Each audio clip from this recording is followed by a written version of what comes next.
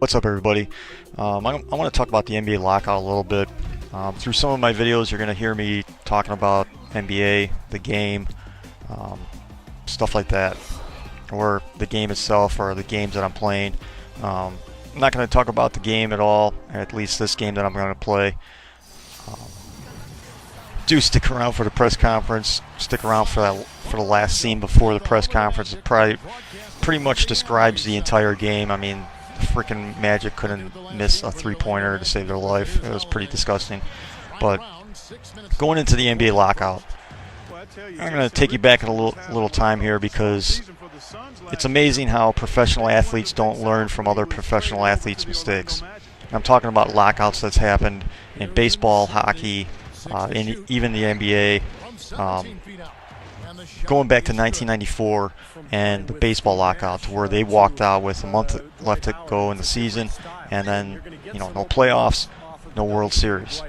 It took baseball several years to get back to where they were back in 94, which was basically, they were pretty much tied with the NFL at that time as being like 1A and 1B. I mean, that's how much people cared about baseball. It took, the steroid era to bring back baseball, pretty much.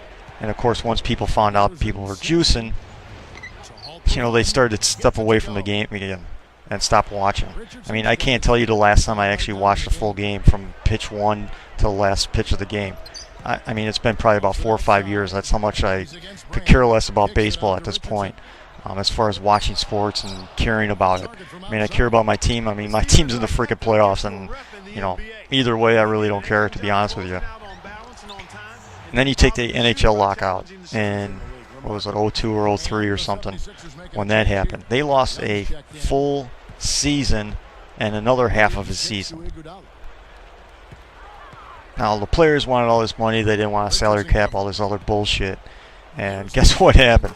The owners still got their way, regardless of what the players wanted.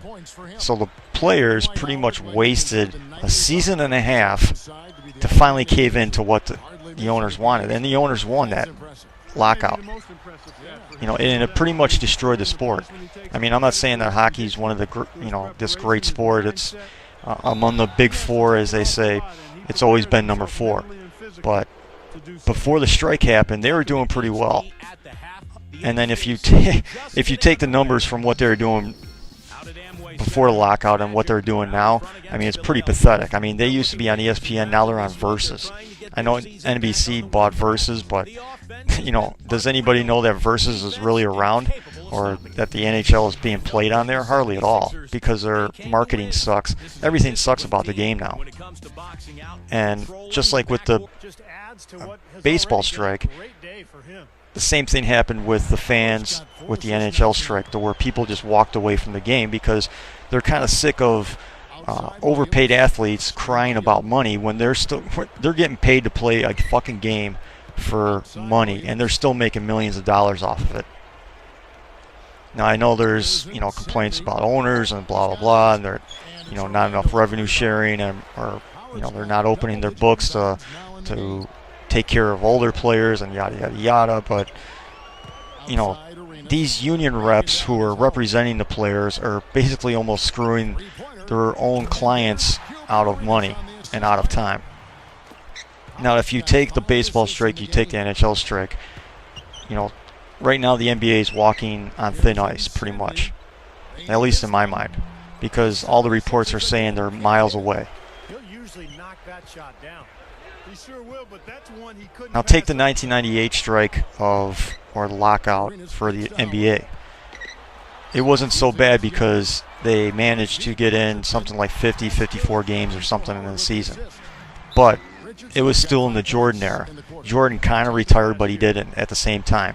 He didn't officially retire until the actual lockout was officially over. And people still thought he was going to come back, and of course he did come back about, like a year and a half later anyway with the Wizards. But since then, the NBA really hasn't been the same. It didn't have that excitement of the Magic and Bird and Malone and Stockton, Olajuwon, Ewing, Jordan years. I mean, it didn't have that same excitement as it once did. up until last year. Go back in time when LeBron was still on the Cavs and stuff, and of course you had the draft, and even leading up to the draft or even after the draft, the free agency hit. I've never seen the NBA get so much press and so much media and so much media time, and stories were flying, newspapers, websites, everything was NBA, NBA, NBA. And this is right in the heart of baseball season, too, and the start of like OTAs and training camp for NFL.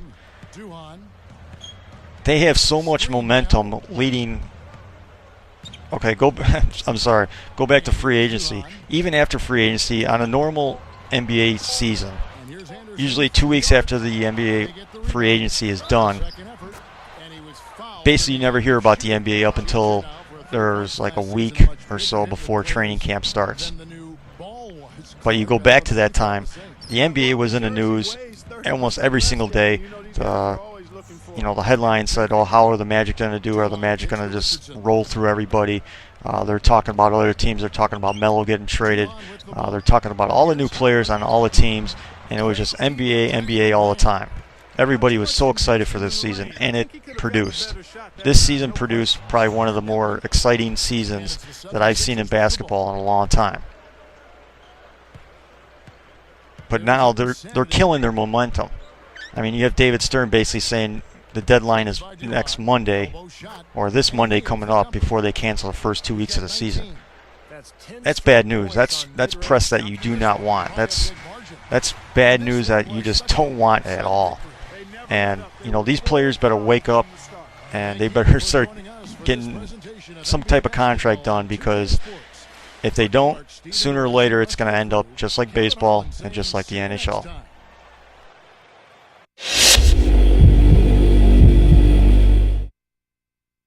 Not a good game from your team tonight. Is there anything positive you can take from a game with the final score as lopsided as this one?